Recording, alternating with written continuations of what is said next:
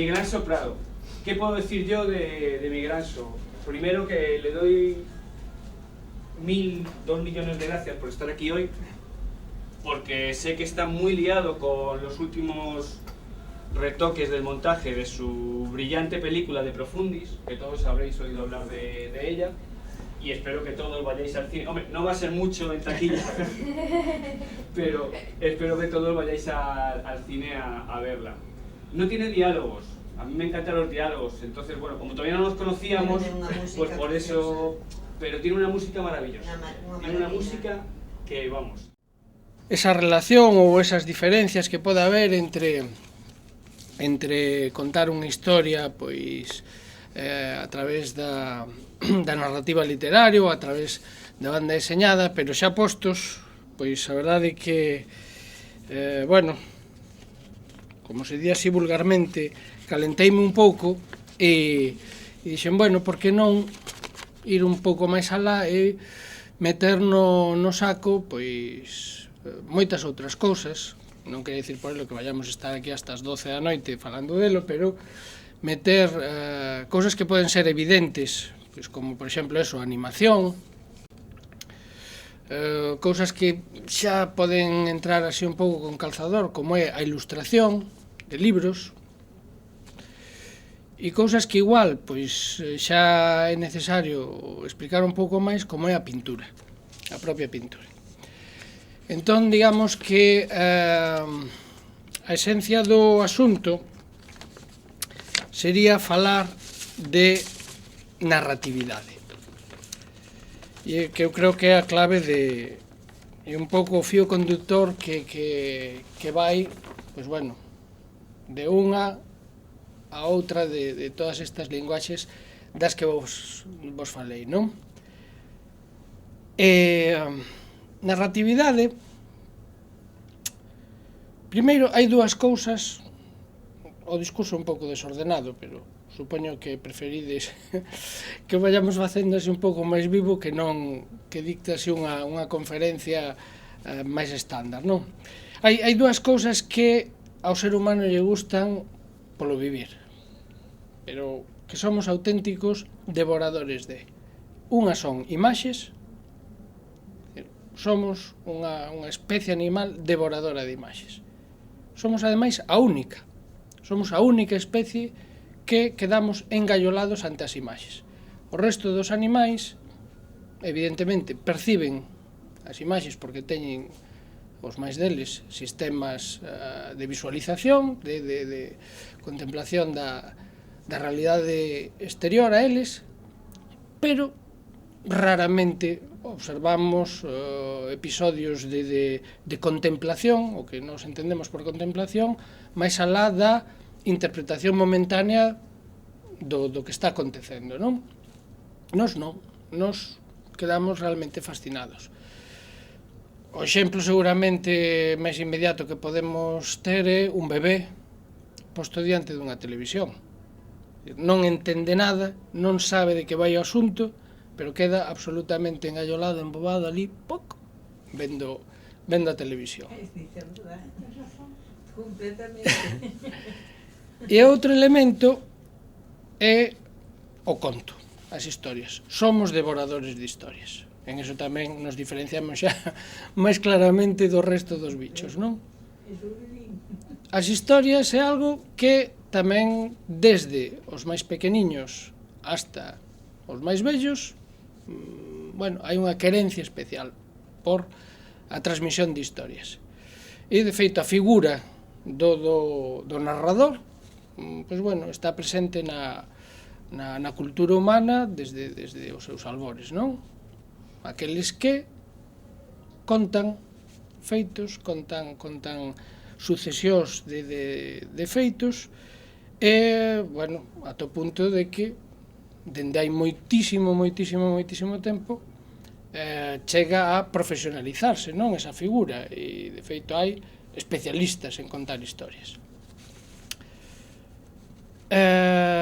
Bueno, pois, basicamente, con eses dous elementos cos que eu estou enleado dende hai xa un feixe de anos, máis dos que dos que seguramente querería, pois home, así de poder falar profesionalmente, pois debo levar casi 30 anos contando historias e especificamente contando historias con imaxes. Entón, volvendo ao asunto da narratividade, pois é a esencia de contar historias. Entón, a narratividade pode estar presente en moitas outras linguaxes que non sexan especificamente a narrativa literaria. As dúas formas básicas de narrativa literaria, que son o conto e a novela, non? Pois, bueno, aí é evidente, pero hai moitas outras. Hai poesía narrativa. A poesía, é certo que seguramente un 99% non é narrativa, discurre por outros vieiros, pero hai poesía narrativa. O teatro é ao contrario. O 90 ou 99% do teatro é narrativo. Por que? Porque falamos de narratividade cando o que se está a transmitir non son únicamente conceptos, sino que transmitimos unha sucesión de feitos relacionados entre sí, que é o que acaba conformando unha historia. Entón, esa relación que se vai establecendo entre feitos diferenciados é o que dá pé á narratividade. A narratividade son, poderíamos decir, todas as regras que van conducindo o discurso, sexa nunha novela, sexa nunha obra de teatro, sexa nun cómic, sexa nun cadro, para contar unha historia e, por tanto, para chegar a transmitir cambios, mudanzas no tempo e no espacio. Entón, as diferencias básicas entre todas estas posibilidades son, por un lado, esa intensidade elíptica da que vos falaba, a posibilidade maior ou menor de quitar trozos de historia, e despois algo que, bueno, que é máis ben unha cuestión estritamente de estructura, que é a presencia ou non de diálogos. O diálogo é tamén non só un xeito de transmisión de información, que é evidente, pois eso, no cine, no teatro, no cómic, que a maior parte da información que o lector ou o espectador recibe a través do que din os personaxes. Pero, ao mesmo tempo, o diálogo é unha das principales medidas do tempo. Porque en cine, moitas veces un plano, unha escena dura o que dura ese diálogo. Si temos, collede en isto unha peli de Woody Allen, que, bueno, seguramente un dos mestres máis incuestionables na construción de diálogos, non? As súas personaxes, máis que actuar, dialogan constantemente. E os planos, as escenas, duran o que duran os diálogos. Cando o personaxe deixa de falar, home, pode haber un determinado toque de intensidade dramática ou tal, pero a medida do tempo, a medida da historia, ben marcada basicamente polos diálogos. No teatro, o mesmo. Unha obra dura, o que duran os actores ali falando, pum, pum, pum, pum, pum, pum, pum. Mais ou menos. E en cómic tamén. Si temos un parlamento de dos personaxes que se largan unha parrafada de por que se van a divorciar e por que non sei que, pois de repente necesitas 3 páxinas para contar eso. E son 3 páxinas que non hai maneira humana de solventar si queremos dar toda a información que pretendemos, non? Entón, o diálogo marca tamén unha seria diferencia cando estamos contando unha historia. Por exemplo, De Profundis, esta película na que estiven traballando estes anos, que non ten diálogos. Para min foi unha das cousas máis fascinantes de todo o proceso. Porque, de repente, todo o sistema narrativo no que eu veño traballando dende hai 30 anos salta polos aires, os planos, o tempo das cousas, das imaxes ante o espectador non duran o que dura ningún diálogo, porque non hai diálogos, e o ritmo e o tempo latino, non tempo, sino tempo, da narración, ven dado basicamente pola música, e a música ten a súa mesura, as súas medidas, donde de repente estamos preparando unha secuencia, Nani García, o compositor, cando nos xuntamos para vela e empezar a ver os queixos musicais, me di, necesito un compás máis. Entón, pois non importa, porque non se están falando ali os dous personaxes, pois necesito un compás máis. Vale, pois eu teño que crear a imaxe necesaria para que eso aguante un compás máis, que neste caso pois eran, canto? Pois 3 segundos máis. Pois, entón, eso fai saltar polos aires por completo todo o que eu sabía de contar historias nese sentido, non? Entón, a medida, de repente, é completamente diferente e atópome, ademais, e aquí entre nós, por pura carambola, foi unha auténtica chiripa da que estou moi contento. Cando eu empecé a traballar en De Profundis e tive as primeiras conversas co compositor, con Nani, eu lle dicía que quería contar un soño.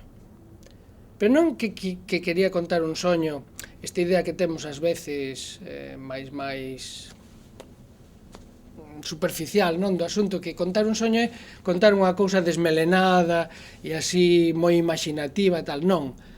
Quería intentar transmitir as sensacións, claro, non sei se son comuns a todos nós, máis ou menos, penso que sí, porque cando contamos un soño todos utilizamos figuras moi semellantes, non? Quería chegar a transmitir unha historia como se fose soñada, pero realmente soñada, de estar dormido. Entón, nos soños, xa me diredes vos se é así ou non nos vosos, por exemplo,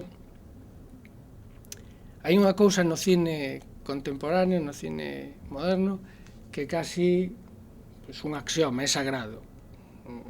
Os directores, os montadores, montan ao corte. O corte quere dicir que se poñen os planos, se van colocando un detrás de outro, sin transición, non? É dicir, pasamos de ver un avión a pum, aparece a imaxe da protagonista e tal, e non hai ningún problema, sabemos interpretar perfectamente o código.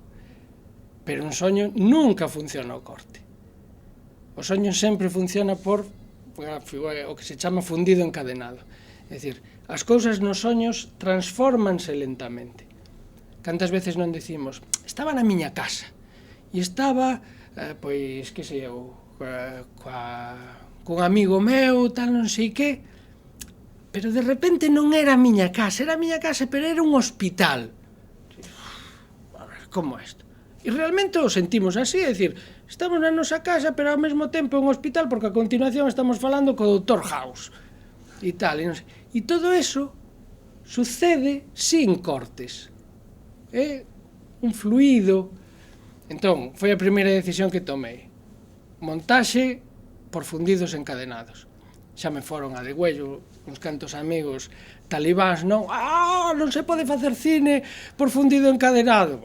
Outra cousa que tiña ganas de facer e non fixen foi, polo menos en 5 ou 6 ocasións, facer un salto de eixe. Os que sexan do mundo da imaxe saben que é outra dos anatemas, non? Cando, por exemplo, dúas persoas están conversando, en cine temos constantemente plano e contraplano, non? Entón, por simplificar, se no plano aquí está a muller e aquí está o home, cando se fai o contraplano non deben cambiar de lado da pantalla porque eso provoca unha desorientación no espectador. Certo. Pero vos aseguro que é absolutamente irrisorio ás veces ver a directores matándose por evitar un salto de eixe. Que ridículo! Porque, de feito, para darse conta que hai salto de eixe, teñen que estar 3 horas, momentos que eu pasei cun papel, non, é que estamos saltando eixe, non ves que tal? Pero, macho, si tes dúas personaxes aquí un árbore, aquí non sei que, tal, hai tantos elementos que é imposible que o espectador estableza esa relación e, por contra, este encadre é moito máis potente, máis interesante que o que correspondería se respetamos o... Bueno, pois eso non me atrevín, ao final dixe non, porque como sería xa...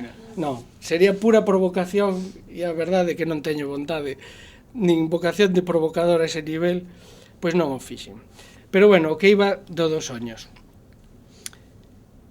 E cando desapareceron os diálogos, que xa digo, recoñezo que non foi premeditado, e entrou a música como principal artífice do tempo da película, decateime que eso se potenciaba, era un catalizador, non?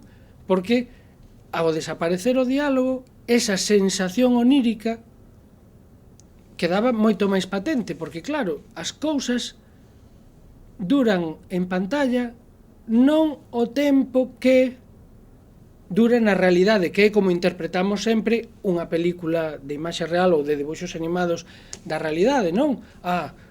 Para saltar daqui a aquí se tarda tanto tempo, pero é que nos soños non. Ou non nos ten, ese sí que é recurrente, o soño de querer escapar e de aí que non das camiñado ou non das corrido abondo. E é unha angustia, porque non hai nada, é dicir, ti non estás enfermo no soño tal, e non, por qué? Porque o tempo do soño é un tempo diferente. Entón, isto atopámonos con que, en canto montamos as primeiras secuencias, facíase evidente, non? Entón, por un lado, produce unha sensación de incomodidade, claro, porque ás veces queres que as cousas acaben antes do que acaban. E por que non acaba? Porque non, macho. Non acaba porque non temos ese control absoluto sobre... Non funciona con parámetros reais. Entón, hai veces que, pois, en De Profundis, pasa un peixe e aposta, collimos e ralentizamos. Entón, o peixe pasa cunha lentitude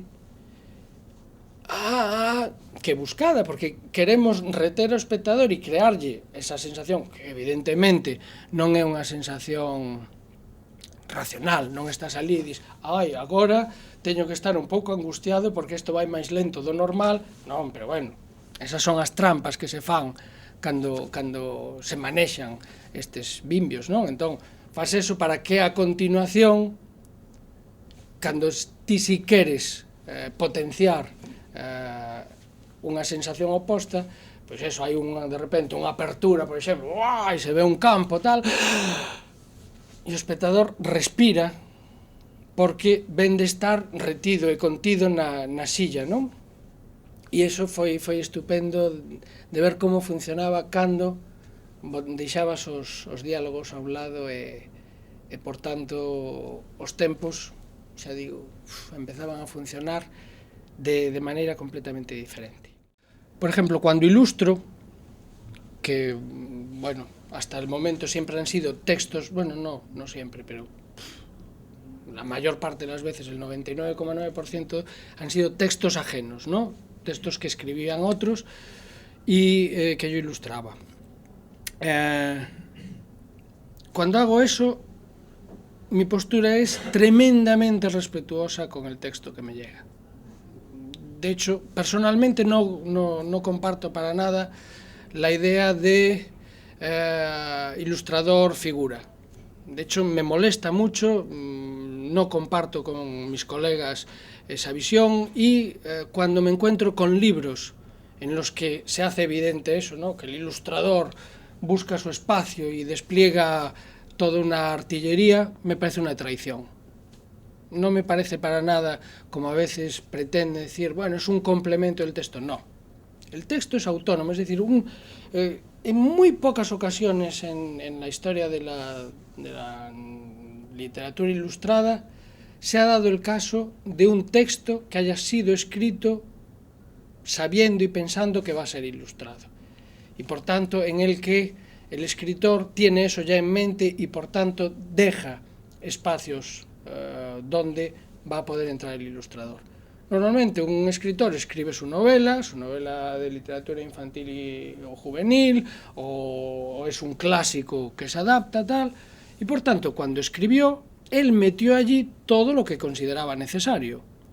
Por tanto, yo creo que el ilustrador tiene que mantenerse siempre un paso por detrás del escritor y, sobre todo, no traicionar jamás el espíritu de la obra. Entonces, a mí estas propuestas rompedoras, pues como ejercicio personal me parecen muy bien, que tú en tu casa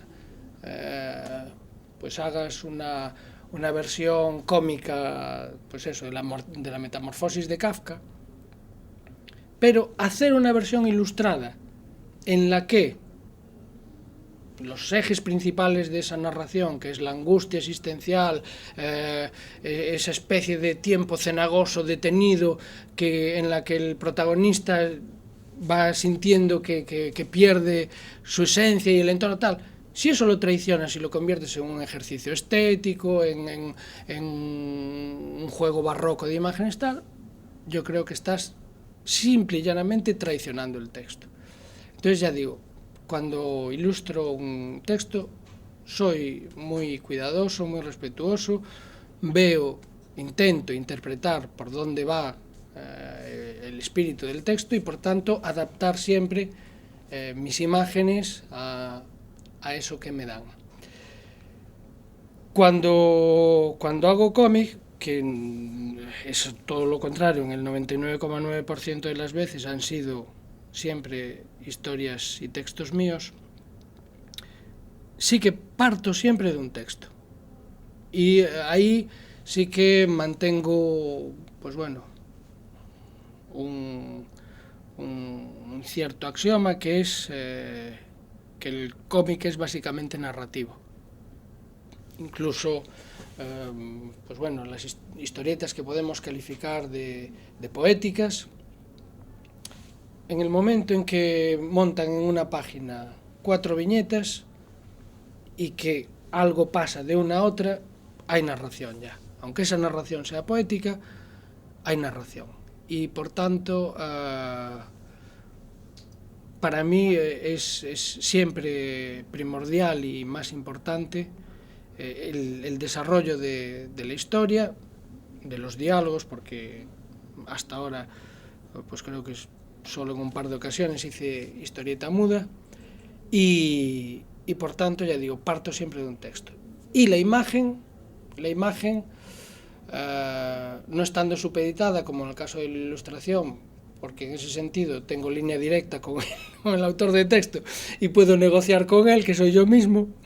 Entonces, con respecto a la imagen, yo utilizo a veces una comparación, pero tengo que hacer siempre la puntualización, que no me comparo con la grandeza del otro, ¿no?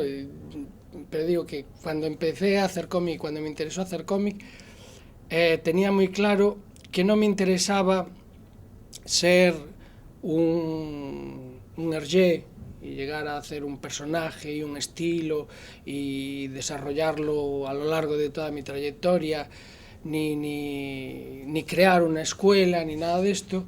Y lo que me fascinaba era, pues, un Stanley Kubrick, un tipo que va dando saltos de película en película y hace La Naranja Mecánica, y hace Barry Lyndon, y hace Espartaco, y hace Teléfono Rojo, y hace Lolita, y a mí aquello me parecía maravilloso. Eso es decir, bueno, ahora voy a contar una comedia. Y entonces escojo el soporte visual acorde con la comedia. Entonces, claro, si a nosotros nos ponen Teléfono Rojo y Barry Lyndon, el marciano que venga dentro de unos cuantos años, salvo que se fije en los créditos y vea que son del mismo tipo, es difícil, ¿no?, de creerlo. Levo toda a miña vida debuxando e creo que non atopei nunca nada que non fora quen de debuxar. E ademais, debuxei sempre sin necesidade de soporte que imitar, non? Bueno, foi un agasallo da natureza.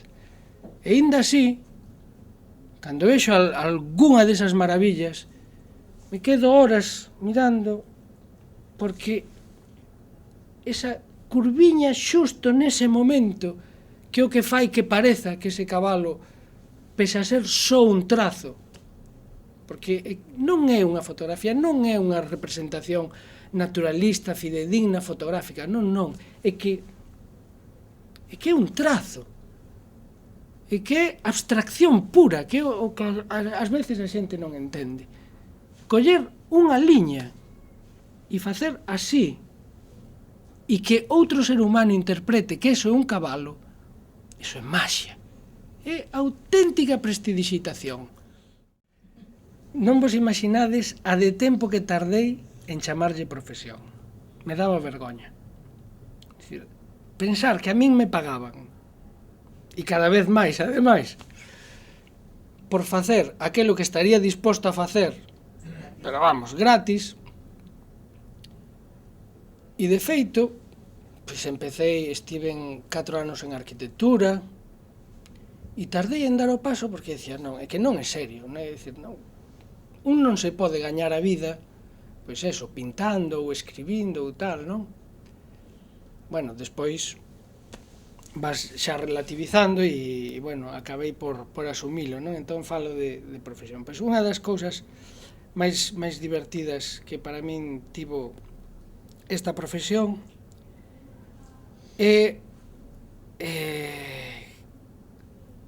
unha especie de sensación de náufrago, e me explico. Pintores, poetas, literatos, actores, cineastas, tal, teñen unha vida social moi movida. Porque hai un mundillo arredor de todo isto. De feito, é unha das razóns polas que me afastei moito do mundo da pintura de galería, era eso. A min, aquelo de ir a inauguracións, aguantar colegas pesados e tal, non me chamaba nada. E os comiqueiros pasamos meses metidos no estudio, sin sair dali, incomunicados, con estritamente case a relación familiar, e estamos felices. Entón, realmente, pois ao final, claro, cando levas así, pois, imagínate, 10 anos, é unha sensación, pois, como de illamento brutal, non? É dicir, por suposto, home, haberá quen non, pero non quere dicir que eu estea a marxe da realidade do que acontece, pero si é certo que eu non chego a unha oficina con un feixe de compañeiros cos que falar, pois non sei, da peli de onte, ou do partido de fútbol, ou do tempo que fai, non. Eu collo, levo a filla ao cole, volvo para o estudio, home, falo coa filla, mentras vamos para o cole, pero despois cando volvo, xa volvo só, vou para o estudio, teño un can. Con quen andan? Con quen andan na escola? Bueno, a filla está dentro da escola, é dicir, aí... Eu estuve fora. Sí. Se ve? Ali, mire que educación. Que os nenos así que empezaron a ir á escola, tiñan que vir á casa a saber con quen andaban. Bueno. E cando empezaron a salir, les decía, si habéis tomado algo y uno tiene coche, vosotros cogéis un bueno, caso eso sí.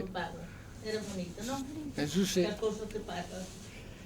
Pois eso, que eu chego e vou para o estudio, teño un can, co can non falo, porque ainda non cheguei a ese punto de descontrol, e entón, bueno, pasa toda a mañá. Os casos moi bons. Son moi bons, non? O can meu é... Tiñamos un que hasta un día morrera unha cría e non la trouxe para casa, era grande que non sei. Pero eu falar co can non falo. Entón, digamos que comunicación temos pouca. Entón, bueno, así pasan os días, entón de repente, só o teléfono, rum. Entón, o teléfono normalmente son as cousas previsibles. Un xornal, un editor, un colega, tal. Pero de cando en vez son chamadas descontroladas, non? Entón, home, así que eu recorde, chamadas así, tiven a de Laura Esquivel, cando fixen con ela A Lei do Amor, un libro que leva unha parte da historia contada en cómic, E tamén, co desfaso da horario, ademais, controlou mal, unha da madrugada sona o teléfono, diga, e, bueno, foi máis divertido, porque o que me chamaba era Guillermo del Toro, que un... No, primeiramente era Guillermo del Toro, que é un director de cine, o que fixo que ten agora nas pantallas o Laberinto do Fauno, que é divertidísimo, o tipo é sensacional, mexicano. Entón, un mexicano, que é unha da madrugada, empeza a falar de que, bueno, de que se chama Guillermo del Toro, e eu penso, ai, mira, como de Cronos, que eu tiña visto Cronos, non? E, bueno, son director de cine, non sei se coñeces Cronos, entón xa, como que experto un pouco máis, sí, tal, bueno. Me fala de que ten unha amiga, escritora, que tal, que ten unha novela, que lle gustaría falar comigo, que si tería tempo, si tal, bueno. E dali, pois nada, que non sabía quen era, eu pensaba, bueno, típico embolado, unha amiga de Guillermo del Toro, ¿verdad? E cando me chama a amiga, pois era eso, Laura Esquivel, que me propoñía eso, facer unha novela. E despois a outra foi a de Men in Black. Pero esta foi peor, quero decir, foi máis tortuosa, porque tamén foi ás tantas da madrugada, máis tarde todavía, serían as 2, unha cousa así, e aí xa un tipo falando inglés, que me empeza a preguntar cousas tamén de tempo, de disponibilidade de tempo, se me interesaría colaborar nunha producción, pero aí xa non soltaba prenda o tipo, porque non me decía nada, non? Eu, pero que produción? Bueno, non, unha produción, bueno, un proxecto, si está interesado, pois xa nos poñeríamos en contacto, tal, coa neurona que non a tes a esas horas aínda ben colocada, e entón, bueno, pouco a pouco, nos días seguintes, souben que era un proxecto de debuxos animados, para televisión, unha serie de ciencia ficción, pero bueno, tal, non sei que. A peli xa estaba en rodaxe, e xa se falaba dela, tal, pero os tipos non decían para nada, a min non me decían que era Men in Black. Eso cando xa conversas moi serias con un produtor executivo, con non sei que, con non sei canto, xa dixen que sí, que me interesaba coñecer algo máis do proxecto e tal. Cando me chegaron os primeiros datos, sinopsis de guión e tal, dixen, unha de dúas, ou é un plaxio de Men in Black ou é Men in Black. E efectivamente era Men in Black. Entón, estaban rematando xa a rodaxe da película e comenzaban a preparar a preproducción da serie de debuxos animados. Yo creo que en cuestiones de creación hay, simplificando mucho, dos tipologías. El autor heroico y el autor divino. Y yo siento la misma admiración y el mismo respeto por uno que por otro. El autor heroico es esta persona que tiene una voluntad férrea de hacer algo, de escribir, de pintar, de hacer música. No tiene por qué estar naturalmente, excepcionalmente dotado para ello. Y a través de un trabajo continuo, de esfuerzo, de una inversión de energía brutal, llega a hacer una obra que incluso puede ser muy contundente, puede ser abrumadora, ¿no? Y el autor divino es, cuando hablo de dibujo, yo digo que es aquel al que se le caen los dibujos de las manos.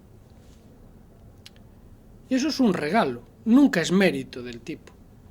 Eso, tener muy claro en qué lado de la línea te sitúas. Que ninguno de los dos es mejor que el otro. Yo en eso insisto, ¿eh? Entonces, si te toca estar del lado de los héroes, tienes que asumir que vas a tener que currar como un desgraciado.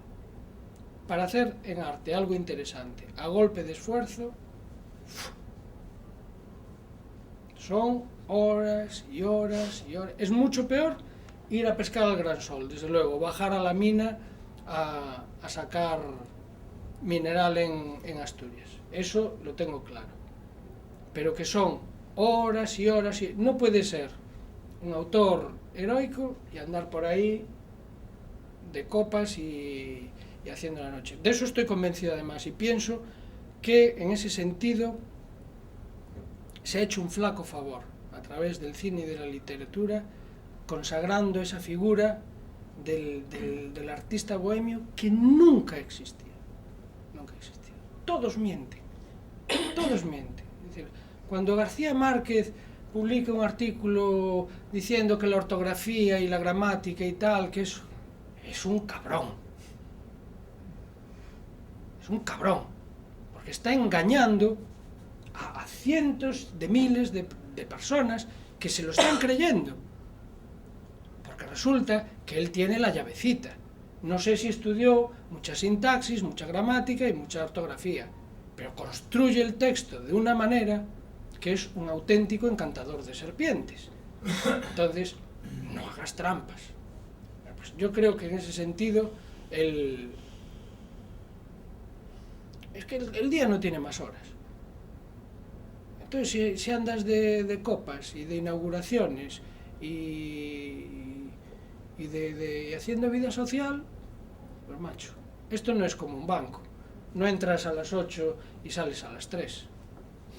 Entonces, bueno, yo creo que si aún encima te toca eso, la parte heroica, tienes que asumir que tienes que hacer una inversión personal brutal. Y ahí sí que muchas veces nos llegan esas figuras oscuras dentro del arte, ¿no? De gente que sacrifica la vida personal, la vida familiar, matrimonios que se van a la mierda, hijos que no son criados, relaciones personales y de amistad porque lo cierto es que exige concentración y ensimismamiento además, porque al fin y al cabo un creador, un artista, yo creo que lo que es un traductor. Traduce sentimientos, interpretaciones, realidades que los demás compartimos y también tenemos dentro, pero él es capaz de codificarlas, es capaz de ponerlas, convertirlas en música, cine, literatura, poema, y entonces eso te exige crear tu propio diccionario, crear tu propia gramática de alguna manera, crear un código y que ese código al mismo tiempo sea interpretable por los demás, que sea diferenciable, porque si haces lo mismo que ya hace otro, empieza a ser simplemente una repetición. Entonces esa inversión es necesaria. Y si tienes la suerte de que te han regalado la varita mágica, yo que no soy religioso, pero reconozco que ahí me sale el punto un tanto místico y creo que tienes que ser respetuoso. Sabiendo que te la han regalado, es decir, y que la mayoría de los seres humanos no tienen esa capacidad, pues hombre, dedicarte a utilizar esa capacidad solo para o el enriquecimiento personal o el divertimento, pues yo creo que es un poco bastardo, ¿no? Que es una forma de despreciar ese don que no te has merecido, que es una cuestión, pues eso, de combinación de neuronas y seguramente a veces incluso de conformación fisiológica, de tener la mano más larga o más corta, lo que sea. Saber que detrás de la barrera hay alguien, un grupo, más pequeño o más grande, que está dispuesto a gastar dinero, pero sobre todo tiempo. Para mí lo fundamental es tiempo, es decir, que alguien esté dispuesto a pasarse, lo que sea, 3 horas de su vida leyendo un libro tuyo, o 4, o 5, o 1 hora y media viendo una película o tal. Eso es un regalo de los dioses, ¿no? Y que eso suceda no una vez, sino 2, 3, 4. Sí, realmente me siento un auténtico privilegiado. Mira, ¿no crees que, como todas las demás disciplinas, o casi todas, en este siglo de la... no sé, el pasado de la comunicación, Sí. no estaremos ante la posibilidad de un cambio de formato? Es decir, tú has visto Inmortel de Enki Bilal. Sí. Está bastante bien, ¿no? El formato papel se está quedando obsoleto. Todo el mundo tira hacia el tema media, los teléfonos móviles en el metro, que hay telenovelas, no sé qué, no sé cuánto. Sí. Los especialistas en prensa le dan una vida. El otro día, me parece que en Times le daban una vida a la prensa escrita de 10 años. Sí. Eso te limita. Pero ahí yo creo que en el análisis que se está haciendo en estos momentos se está dejando de lado una variable que es fundamental dentro, de hecho, de la que es ya el motor de ese cambio, que es la tecnológica. Efectivamente, el papel está quedando obsoleto, pero hay ya soluciones, como son, por ejemplo, las pantallas flexibles, que lo que van a suponer va a ser simplemente un cambio de soporte. Es decir, Pero no me refiero a eso. claro, dejará de ser papel. Tienes que asumirlo. Claro, por supuesto. Pero quiero decir, por ejemplo, cuando se habla de eso, siempre la referencia es, claro, es que la pantalla y el ordenador. No. La pantalla la vas a poder llevar como puedes llevar un libro de bolsillo, y la despliegas y no te va a ocupar más que un libro de bolsillo. Y evidentemente eso tardará lo que el entramado del mercado decida que tarde, porque la tecnología ya la hay en estos momentos. Y si no se utiliza es porque antes se quieren rentabilizar los plasmas, todo esto, ¿no? Y primero hay que quemar esas naves. Entonces, el que se abran nuevas posibilidades enriquece el código y seguramente cambia y asistiremos. De hecho, yo muchas veces en algunas conferencias o clases que me piden que hable de historieta específicamente, en el siglo XX el ser humano solo aportó 2 nuevos lenguajes a la historia del mundo, ¿no? O del arte, que fueron el cómic y el cine.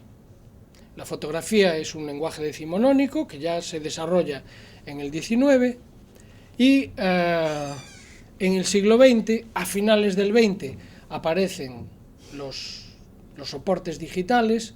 Entonces, la videocreación, el multimedia, que es algo que no se desarrolla en el XX, es decir, fue como el cómic y el cine también aparecen en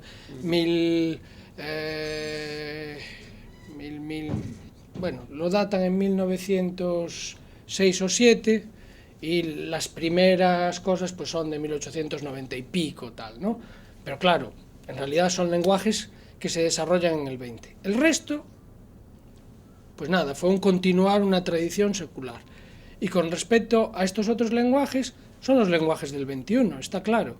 Durante el 21 tendremos que desarrollar, que aún no sabemos lo que va a ser, porque son puertas que se abren y ventanas que se abren, esto que es el multimedia, que de repente pone al alcance de un señor en su casa el sonido, la imagen en movimiento, la imagen sintética, es decir, creada de la nada, y por lo de ahora lo que estamos haciendo es casi paráfrasis de lo que hacemos con los otros lenguajes, es decir, hacemos cosas parecidas a...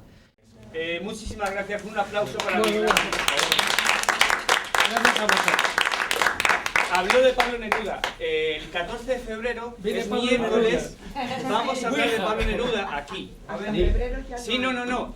El día 13 de diciembre va a venir Carlos Lema, el director general de Galaxia, a contarnos cuál es el mejor libro para regalar estas Navidades. Así que os espero ver por aquí.